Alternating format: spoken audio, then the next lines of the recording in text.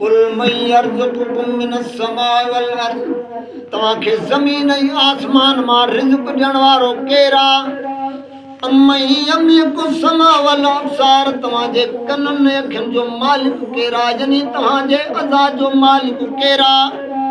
वमन युख़रिजुल हय्य मिनल मय्यत व युख़रिजुल मय्यत मिनल हय्य, ज़िंदा मां मुर्दे खे कढण वारो केरा ऐं वरी मुर्दे मां ज़िंदा पैदा करण वारो केरा।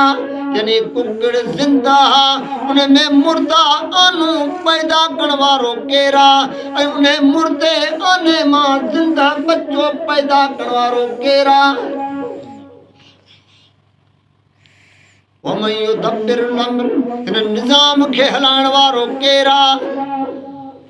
कुछ वक्त पहिरियां गर्मी अॼु सर्दी कॾहिं राति कॾहिं ॾींहुं, निज़ाम खे हलाइण वारो केरा।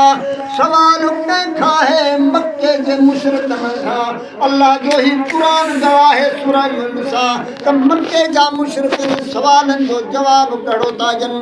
फसयक़ूलून अल्लाह, ये सभु कम करण वारो अल्लाह आहे। तौहीद रुबूबियत में एतिरा पक्का पोइ मुशरिक छो? पोइ मुशरिक छो?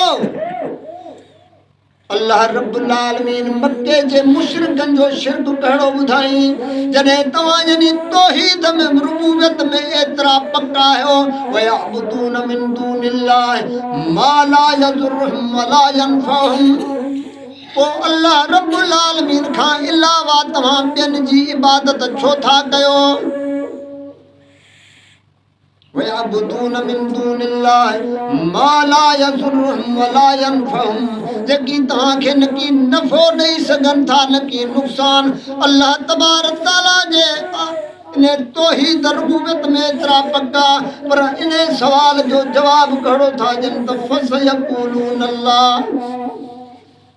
वयक़ूलून हाउलाए शुफ़ाअना इंदल्लाह, छा था चवनि त अल्लाह जे विच में ही असांजा शुफ़ारसी आहिनि, यानी असीं इन्हनि खे अर्ज़ु कयूं था ऐं ही अल्लाह खे अर्ज़ु कनि था। यानी असीं त गुनाहगार आहियूं त नेकोकार आहिनि। मक्के जे हिन बैतुल्लाह अल्लाह जे घर में जेके 360 बुत रखिया हुआ, कंहिंजा बुत हुआ? सालिहन जा बुत हुआ। एतिरे क़दुर जो हिकिड़ो इब्राहिम अलैहिस्सलाम जो बुत आहे, इस्माइल अलैहिस्सलाम नबियुनि जा बुत हुआ, नेकोकारनि जा बुत रखिया हुआ। इबादत कयूं था असीं अल्लाह जी, कयूं था नफ़े नुक़सान जो ही, पर असीं हिननि खे सवाल कयूं था ऐं ही अल्लाह खे कनि था। वयक़ूलून हाउलाए शुफ़ाअना इंदल्लाह, ही अल्लाह तबारक तआला जे विच में ही असांजा वसीलो आहिनि। कुल अतुनब्बिऊनल्लाह बिमा ला यअलमु फिस समावाति वला फिल अर्ज़, ओ मुंहिंजा मोहम्मद सल्लल्लाहु अलैहि वसल्लम उन्हनि खे चओ त ज़मीन ऐं आसमान जे अंदरि अल्लाह खां कहिड़ी शइ पुछी ऐं मख़फ़ी आहे जेके अल्लाह खे मालूम कराइनि था। सुब्हानहू व तआला अम्मा युशरिकून, रब्बुल आलमीन अवाज़ ने शिरक खां पाक आहे। कहिड़ो शिरक हो?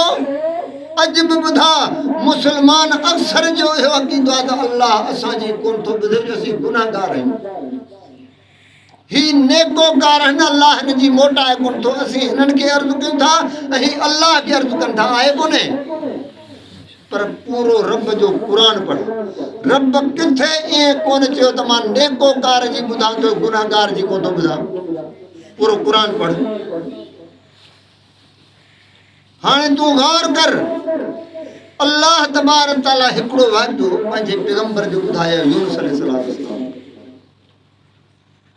अल्लाह रब्बुल आलमीन हुकुम कई त 3 ॾींहंनि खां पोइ हिन ते अज़ाब ईंदो। रब जी वही आई यूनुस अलैहिस्सलाम खे, चयो त 3 ॾींहंनि खां पोइ तव्हां ते अज़ाब ईंदो।